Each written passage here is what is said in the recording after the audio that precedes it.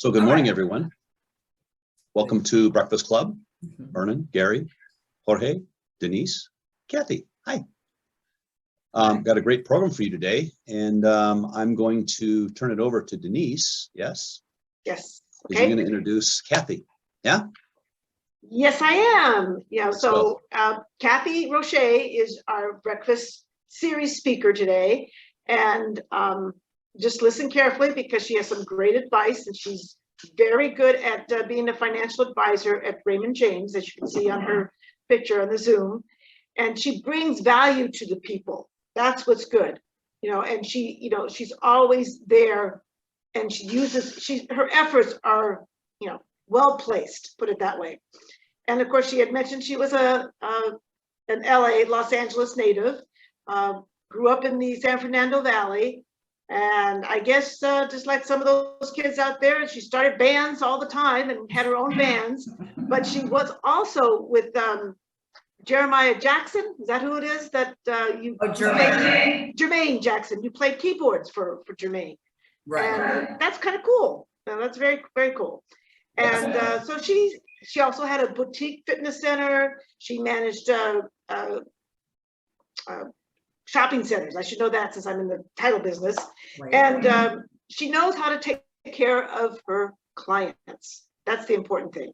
And she knows how to give them support. And that's always an important aspect of everything. So she's, and she's learned through, the hard knocks of life. And she became a single mom. And then, and she realized raising the two kids, and when her husband died of cancer, she had to figure out how she was going to protect themselves in the future. I mean, no life insurance, no wealth planning.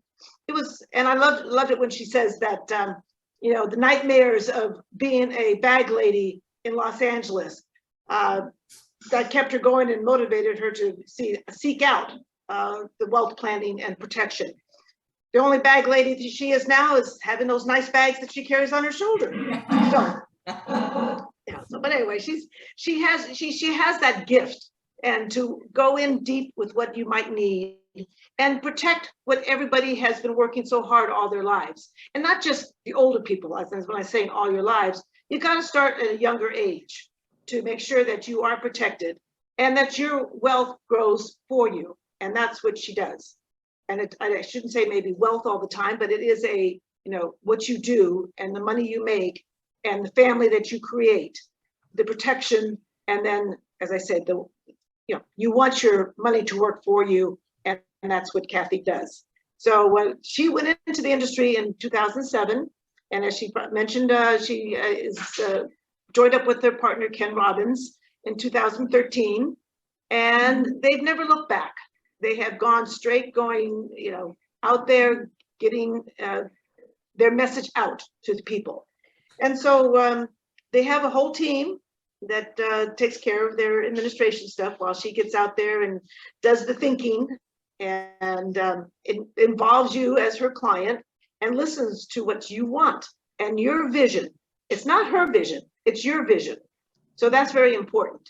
She will guide you, and that's an important thing.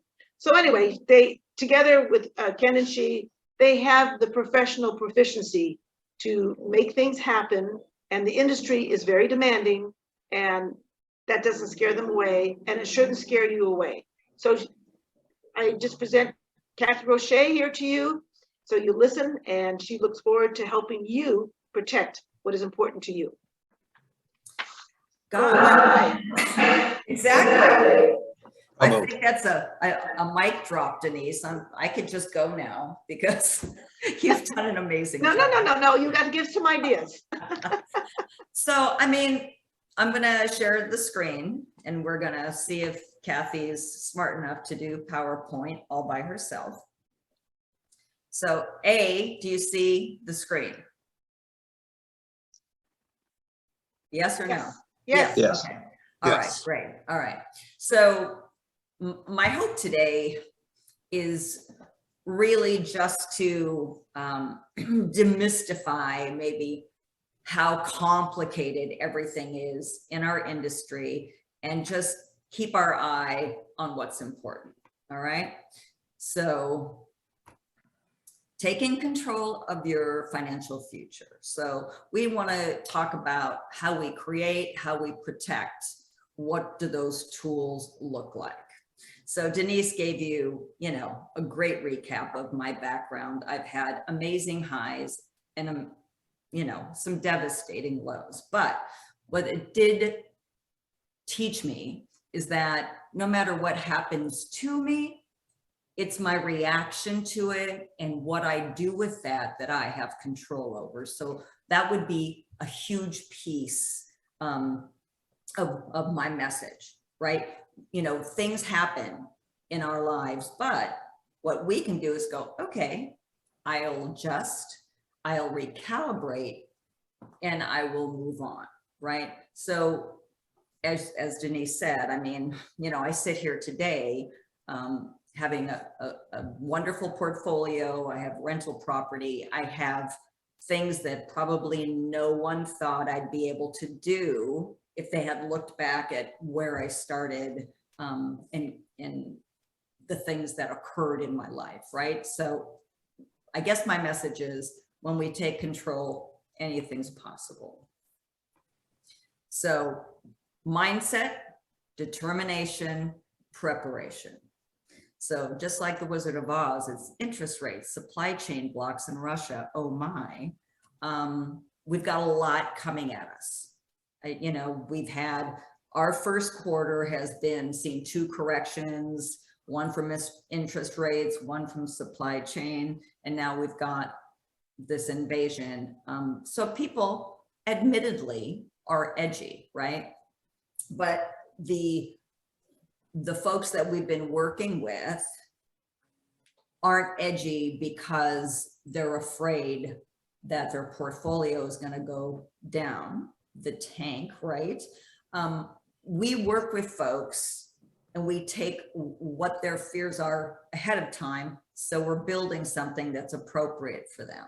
So far and away, I think folks are looking to us for the calmness, but they also now have realized over years that we find opportunity in volatility. So the mindset to be determined and prepared really goes a long way.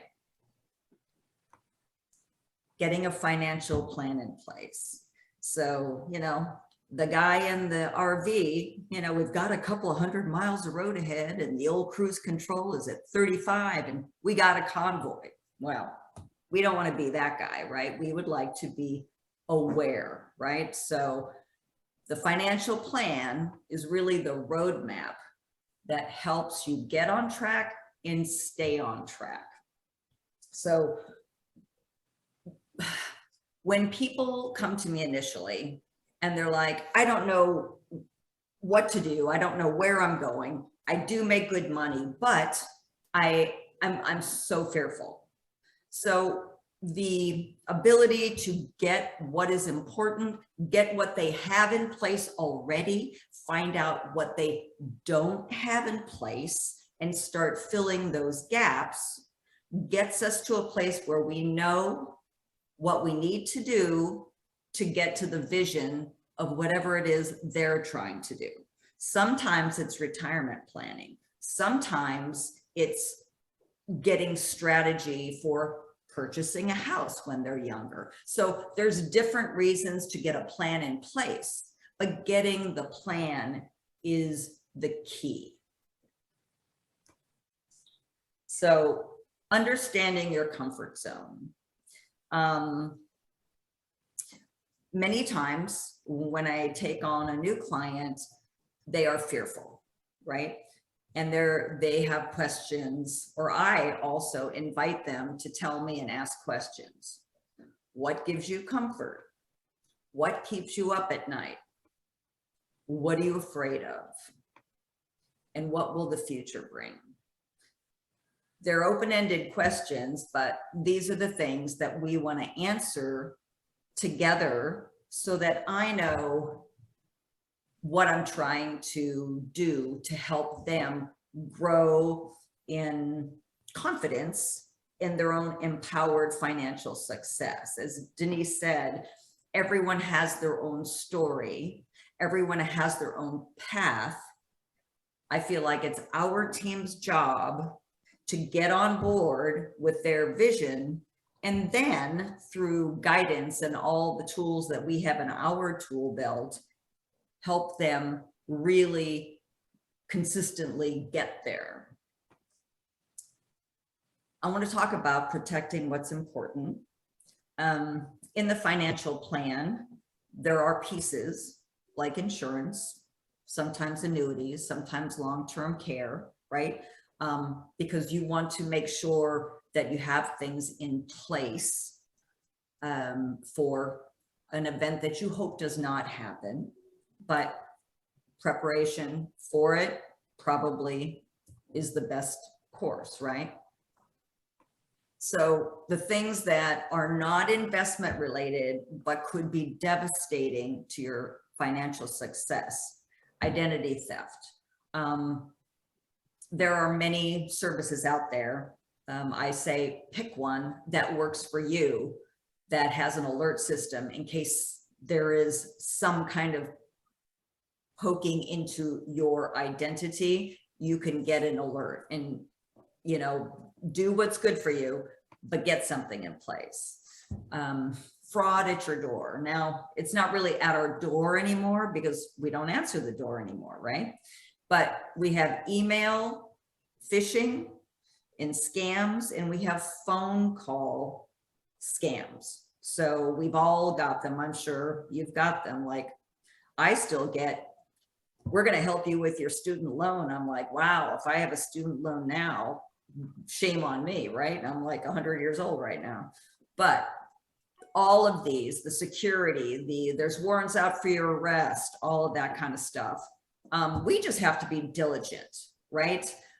Your financial picture, you want to know where everything is. Simplify it, get it into a, you know, if you can, into a virtual vault, all of your digital important documents, get them into a digital vault, know where they are, and keep this stuff as diligently safe as you possibly can, because there are people out there literally every day working to get your information, right? Our company, this, you know, the fraud department sends us phishing emails randomly to catch us in our accidentally clicking on a link. So if you get something from somebody and it feels like urgent, call them. Don't click the link. That is a simple message to you guys. Scams from afar, we've heard about them. They continue to happen, especially for seniors.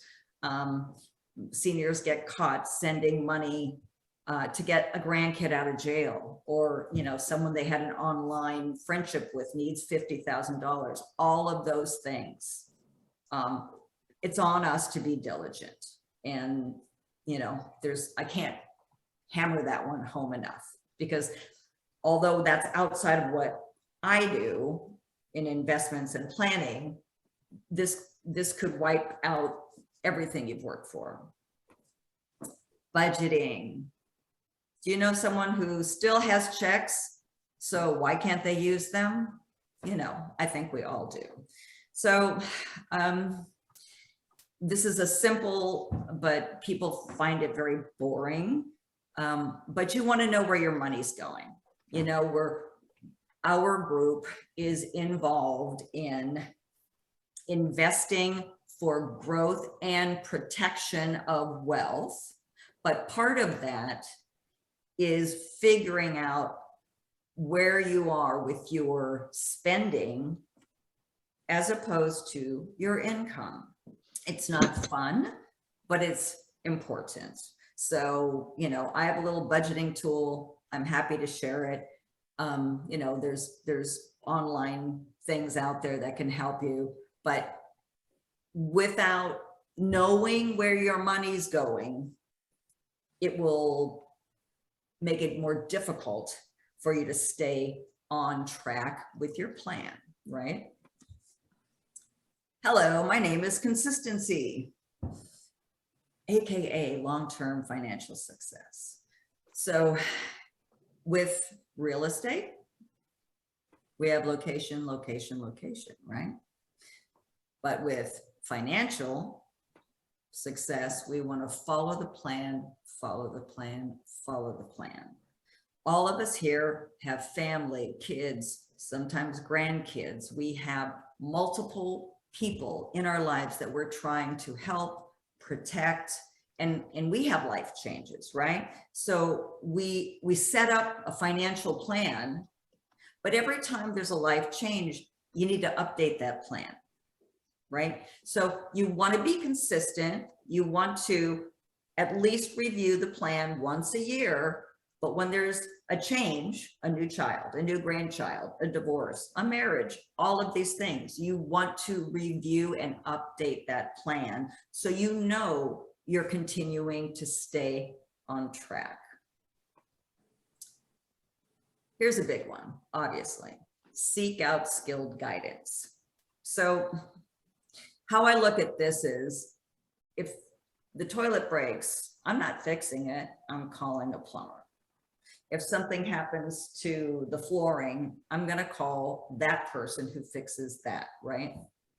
So you want to know who your power team is. The general contractor has all of the disciplines, and he or she will use all of those disciplines to get the job done. So we are the general contractors of our own lives, right? So who is our power team, right? So we want to have a financial investment and planning advisor, right? Which is our team. We do that. But even I also want to have a tax strategies advisor. We all want to know that every move we make is a benefit in a taxation way, because this is the world we live in. We want to make the most of our money. And an estate planning advisor. So once you're married and have property, all of these things that are in the plan, you want to make sure that your wishes are being handled in the proper way down the line. That is another advisor that is completely important. So congratulations. Take a breath and remember, you are in control. So we've got tools to do this, but much of it is mindful determination and preparation, right? With your power team, this is easier than it seems. Get a plan in place and update it at least once a year. Understand your fears so that we build the proper investment strategy for you so you can sleep at night in good times and bad, and protect what's important. Know your budget. Stay calm, be consistent, and seek out skilled guidance. The last piece, I do my own self.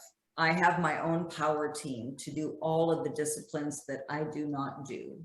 And I invite you to build your power team. Or if you think you have one, make sure you know who they are so you know who to call at the drop of a hat. So thank you for your time. And if there's questions, if I was not clear, please ask me.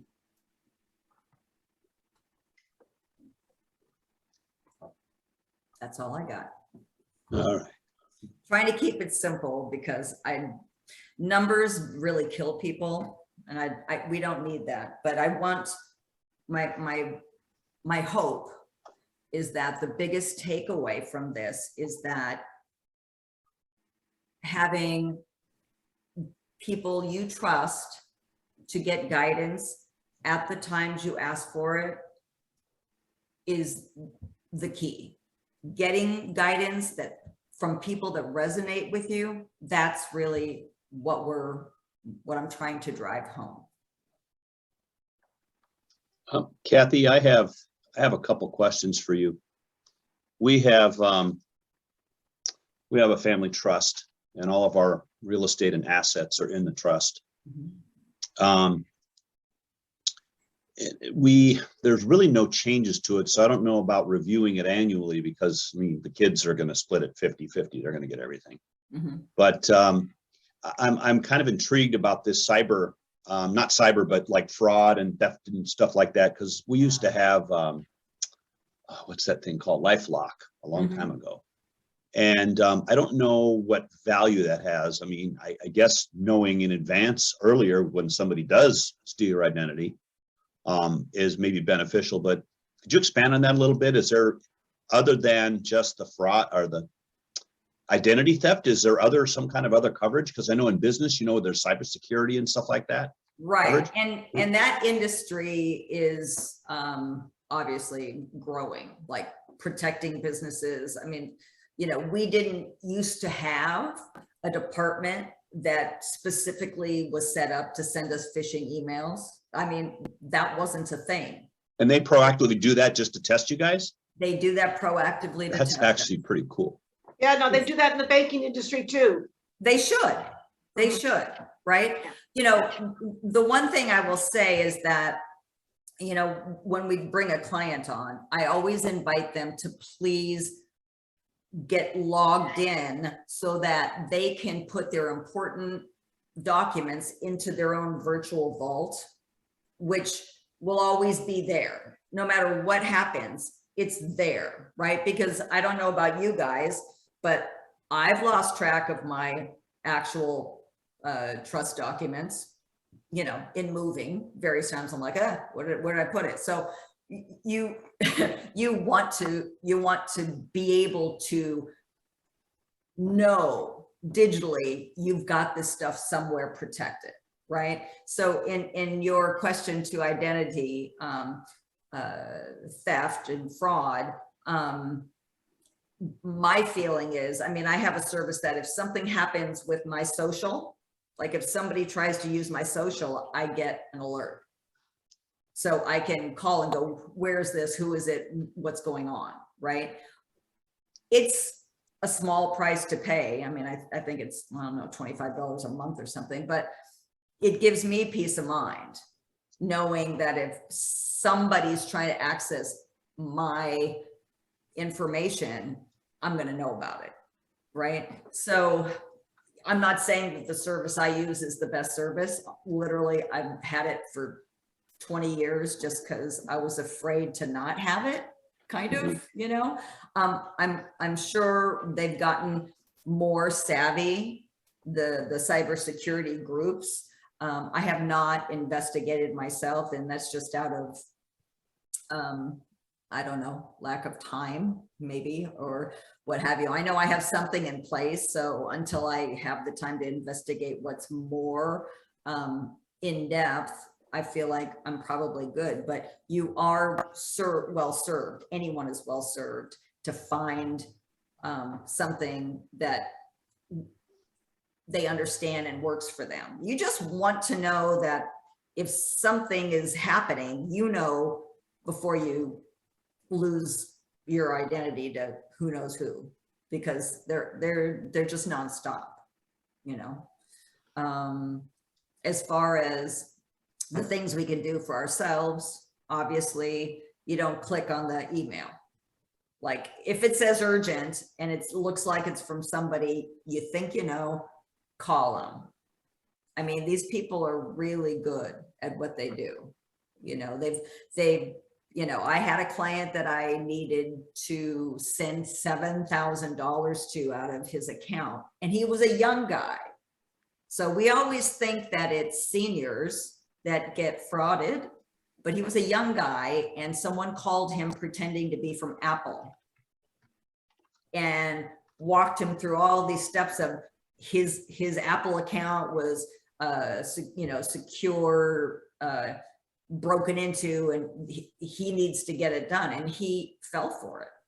I mean, and this is a 30 something, right? So these people are really good, but our defense is to not fall for it.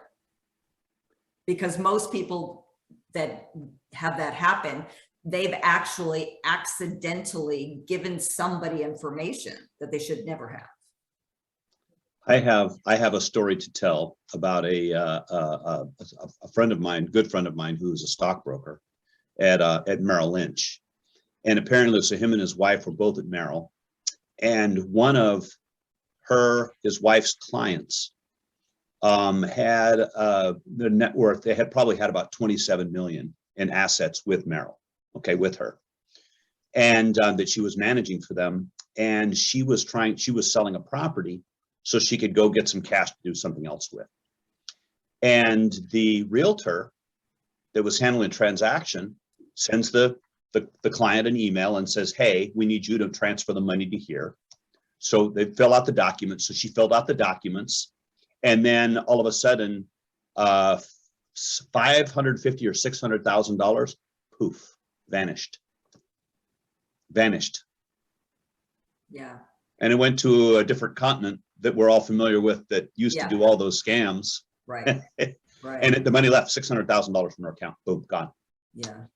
And they tracked it down. They went upstairs in the building and they had the investigation department or something on it.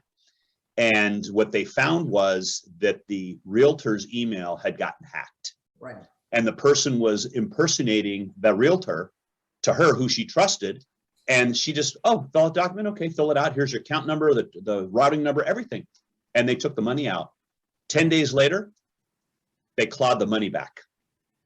Oh, good. Wow, that's good. And she got the money back. But Good. the thing is, so for us kind of everyday folks who don't have $27 million in net assets, $600,000 is life-changing money. Absolutely. To someone who has that, it's still 600,000, but it's less painful probably.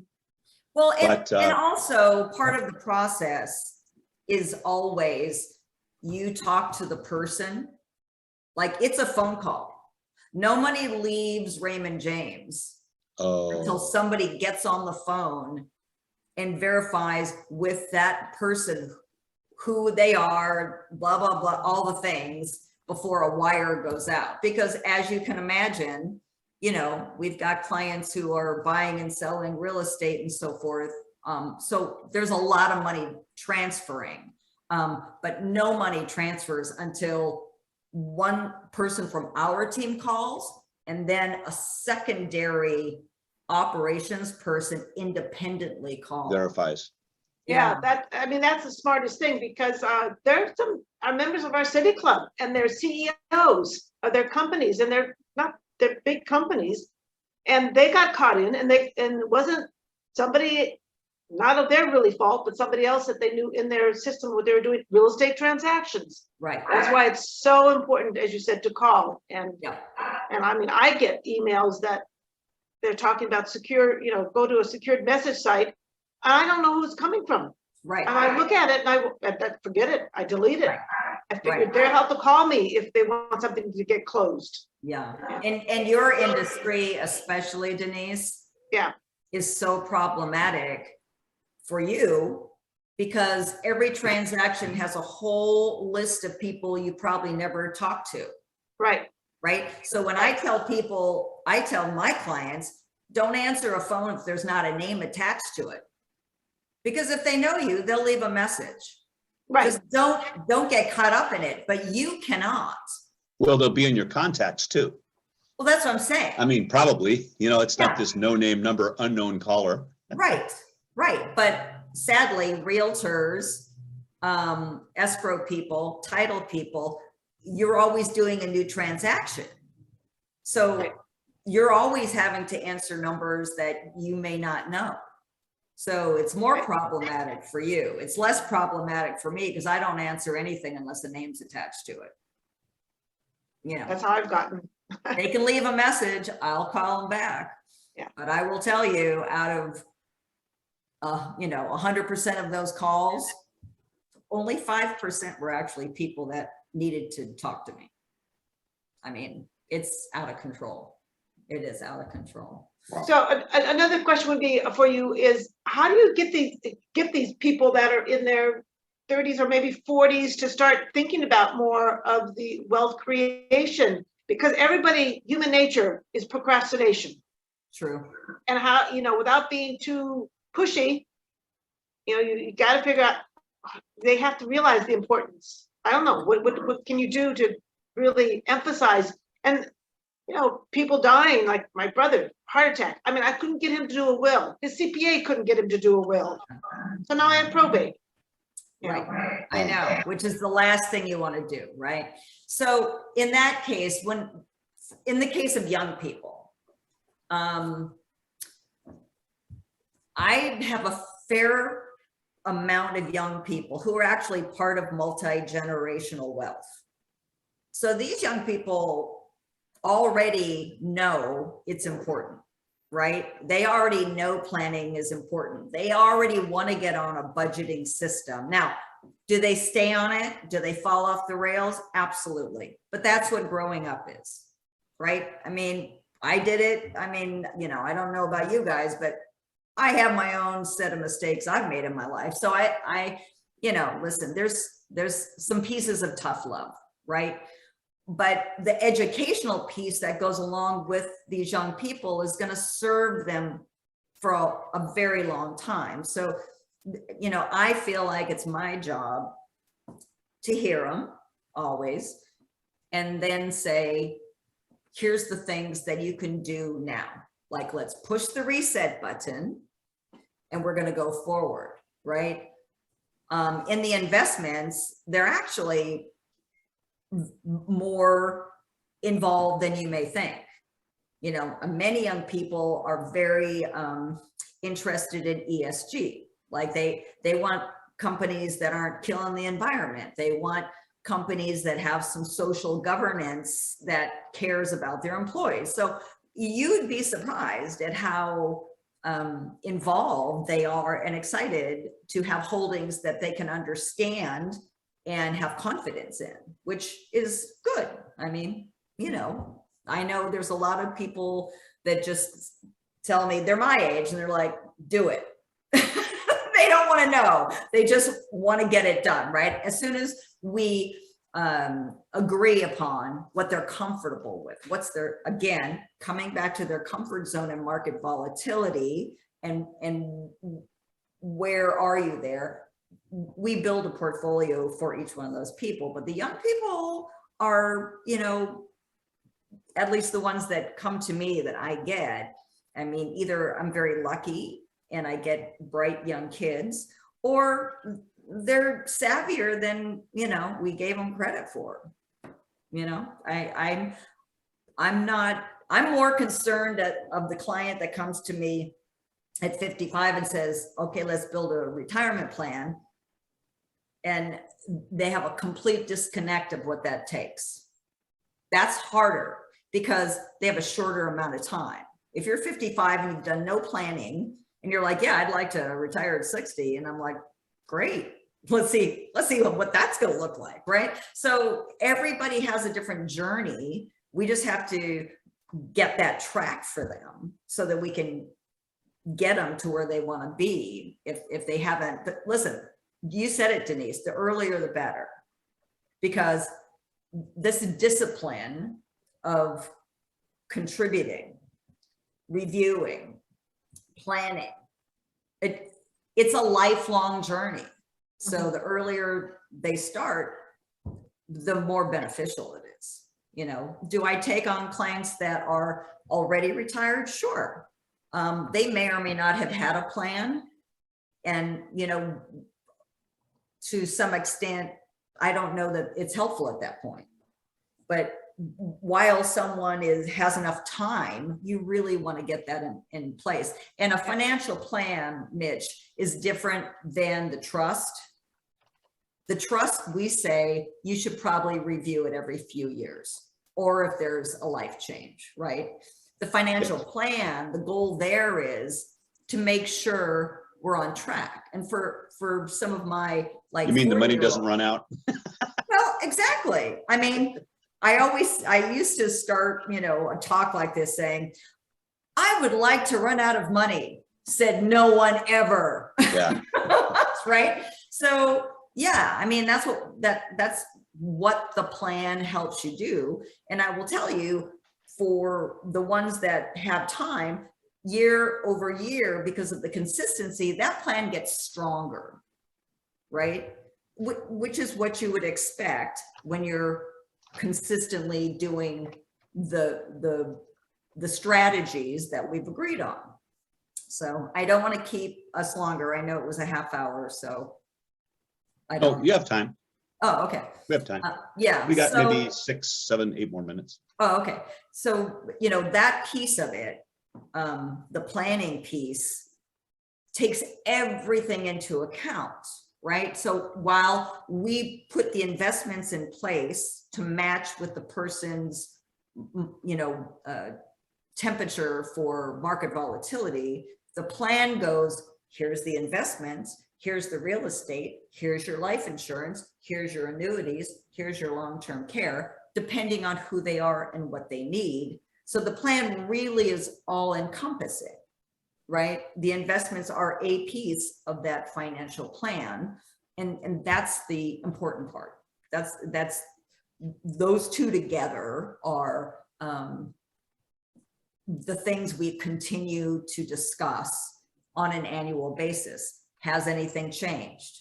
You know, has your health changed? What, you know, just all the things that happen in life continue to change. You know, it is what it is. So having the plan helps us get stronger so that we get prepared for those things that you didn't see coming.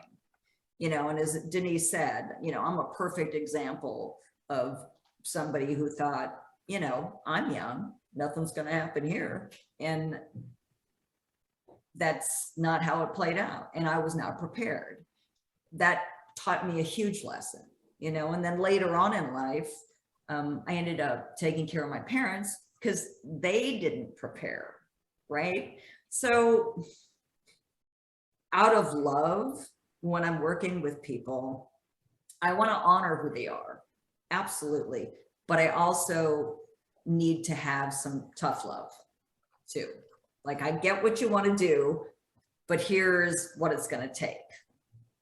So that's my story. And don't procrastinate. Yeah, you know, that's a human Right. foible, if Yep. you may, but it's pretty easy to get folks to understand that not taking action is actually a decision, right? To not do something is actually a decision to not help yourself get more strong in your financial house. So, you know, the procrastination I feel a lot of times happens in the trust area. I always try to get people to get a trust in place. And pretty good percentage get it done. But for the folks that don't, what I do is implement what's called a TOD, a transfer on death, so that while they're doing the trust, if something were to happen, this will bypass probate, because this will at least go to who you wanted it to go to directly, right? So, I mean, you know, I have my own workarounds for folks who procrastinate about things like trust, but the trusts are important because they're going to ultimately give everything in the ways that you wanted, right? All this work we do as entrepreneurs, we want to enjoy our lives. I mean, that's my number one with clients that tell me they're worried about their kids and their grandkids. And I say, they'll be fine. We're going to concentrate on you, right? Because you're the one that you want to take care of. And I told my kids, the greatest gift I'm giving my kids is to not be a burden. You know, I've got like life/long-term care. You know, I've done all the things that will create an environment that I prepared for myself, which is something my mom and dad didn't do, but they didn't even know those things existed back then, right? So my number one is who I'm helping.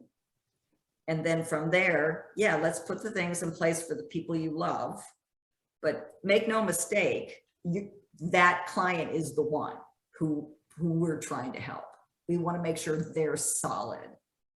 And whatever is left, yes, let's do it. Send it. We'll get it set up, through the trust mechanism. Another Kathy? thing, Kathy. Oh, go ahead, Vernon.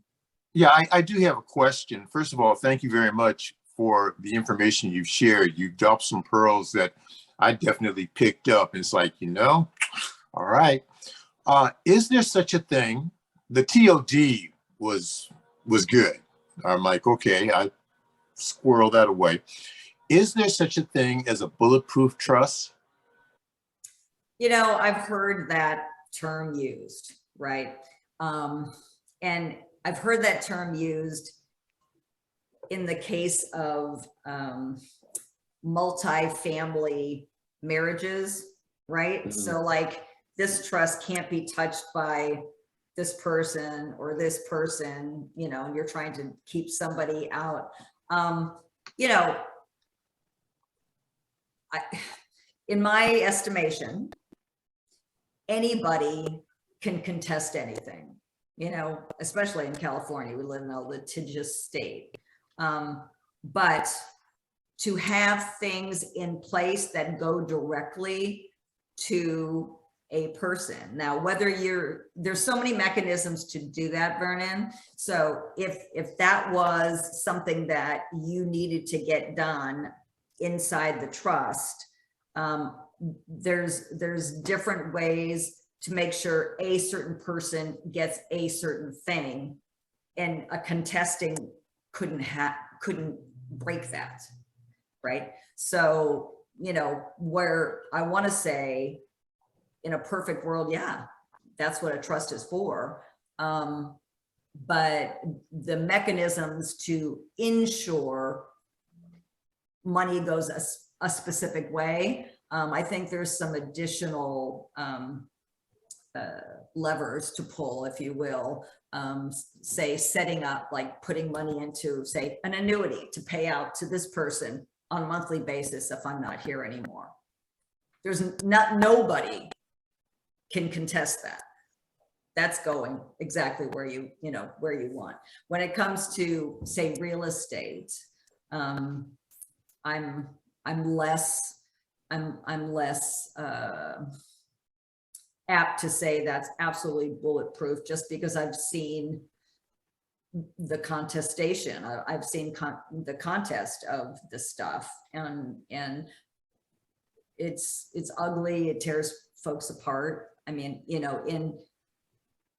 in some cases, I actually request that a trust has what I would consider a corporate trustee, so that when that person's not there, there's not successor trustees that are family members that are now. It doesn't come. It's not personal anymore. It's not just personal. a transaction. Sure. Yeah, yeah. So, I mean, honestly, I've seen that save relationships and families, and that kind of, I think, goes a long way in what you're saying, having a bulletproof trust, because who's going to argue? Like, they could do it, but now they're going to argue with attorneys. It's much different than siblings or, that kind of thing. I mean, and some families do an amazing job, but some families I've watched fracture. Well, it probably, there's a correlation between the value of the trust, Right. and the amount of squabbling that goes on. Right. My mother's, she had a anti-contest clause written into it that said if anyone contests it, you don't get anything. Right. So that was a no-brainer. It was easy. Right. And our family wouldn't probably have done that anyway. Right. But there's a lot of families who probably would have contested it. Yeah, But and that I was- think that's a typical piece to have in the trust. And that's not unusual. That kind of comes with it because it's just, it's almost a boilerplate, you know, Sure. piece. But that does not mean They can't, I know. they can't. It's like, how can they can sue? It says, it's like, because they can sue. Right, exactly. Yeah, So- and then you just have to pay money to get them out of there. Well, but that's the big thing. It's not about whether they contest it or not. It's that the trust is going to have to pay those attorney fees to Yeah. defend its right to execute the trust the way it was supposed to be. Yeah. One thing I'd like to bring up too is that, you know, our my brother-in-law is a financial, he's a wealth manager, and he made me get the advanced directives. Mhm. So we have advanced directives, which basically is called kind of the 5 wishes, but it's your medical directives that basically says, if you're on a ventilator, you can only leave them on the ventilator for 48 hours. After that, you got to unplug it. It says a DNR, do not resuscitate. There's all kind of things in there that me and my wife made those decisions while we were happy and healthy and alive. We've made those decisions because when you pass on or you're in the hospital, then it becomes an emotional decision for your kids. Well, there's no way I'm going to let him go. And that takes the emotion out of it because it says, no, this is what they wanted. Don't you want to honor their wishes? Oh, okay, I guess we have to. And Right, really it's gets still them- tough. Yeah. It lets them off the hook. Yeah, well, kind of, but it should be. I mean, and I think every trust, actually, any trust attorney that's worth their salt has that in there. And I think that's what we all struggle over. Like when I went to do a trust years ago, I was like, okay, oh, like I got stuck on that one, but I had to do it to get the whole trust in place. So, I mean, if any of you have a trust and that's not part of it, go back to your trust attorney and say, what's going on here? Because it should be. Yeah, and this is another thing that, again, the passing on the wealth is, I want to pass on whatever's left over. I want to pass all of it to my kids or whoever I'm giving it to. And when you have emotion in there and all of a sudden they want to keep you on a ventilator for 3 more weeks in the hospital and it's another $100,000, that comes out of the trust. Right. So it's like, you want to give it to the doctors, or you want to give it to your your children. Right.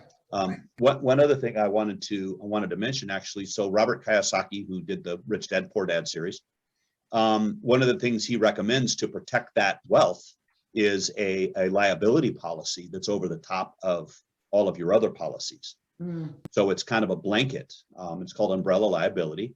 And we have a $2 million umbrella that's over the top of everything. So in our rental properties, we have a renter's insurance that covers the liability of it, but that property insurance is only limited to the liability side. But all of a sudden, you got a neighbor kid coming down the sidewalk, falls in your yard and breaks his arm on his little scooter, and then they want to sue you for $500,000. So your homeowner's insurance is not going to pay that much money. Then the umbrella will kick in and cover that. But that's just to protect your wealth so nobody can take it away from you. Yeah. So I highly recommend looking at an umbrella also. Yeah. I mean, I have an umbrella. I also have the business side insurance. I mean, every family or individual or couple have different insurance needs. So as your wealth grows, so does the insurance need, which is what you're talking, Yes. about. And that is absolutely true. But that is why you want to revisit where you are in the financial plan every year, because as those grow, you're like, are we missing, is there a gap now of the protection side, right? Because the insurances are the protection side. The annuities is a protection side in as much as you want to send direct money somewhere without having any contestation, right? But I would say as we age, because that's happening, not enjoying it, reviewing the trust every few years allows you to go, do I still feel the same? You know what I mean? Are these people still alive that you had in your trust to what, we lose track of these details in our everyday life, and they couldn't be more important. They couldn't be more important. So true. I mean, I had to call our trust attorney because we had in place that, you know, my brother should get whatever, what we should die and he get what. Now he died on us suddenly. So I had to call him. I said, I need to take my brother out. And he says, no, that's already in there. It's already. Oh, you had the Successor trustees. Yeah. Sure. Yeah, he's out of the picture. Don't worry. Yeah. Okay. So. Yeah. And this comes up all the time in all of our qualified plans. So, you know, we always say once a year, we should have this conversation. Are these beneficiaries still the beneficiaries that you want? Like if you got divorced, clearly your ex-husband should not be the first beneficiary, right? So, I mean, these are details that people just don't think about that have to be brought to the surface. And that's what a financial plan helps do. You review each one of your holdings, accounts, whether it's real estate, whether it's whatever, and is this still true? Oh, wow, no. So we want to bring it up to make sure everybody's doing what they need to do for themselves. But, you know, once we all hang up, I'm going to invite you all to just look at your own stuff and make sure everything is where it should be for what you want, right? Super important. Great. All right, I got the 3-minute warning. I think Super duper. Oh, thank you. I didn't know if you saw that. Nice. Nice. Well, thank you very, very much, Kathy, for your very valuable information. We certainly appreciate it. I think that everyone's going to think long and hard about this thing and go back and say, where is that trust? Where's that trust? Don't think long and hard. No. Sitting in a bedroom in your She's house. saying act upon it. action. Action, Yeah. take action. Take action. But if it's sitting in a bedroom in your house, like mine is, but I have a copy in the safety deposit box, you need to make sure that it's stored safely someplace, or somewhere in the cloud in a vault of some sort, where it's going to be safe. Absolutely. Thank you, guys. This was really, Thank you. enjoyable. Thank you, Kathy.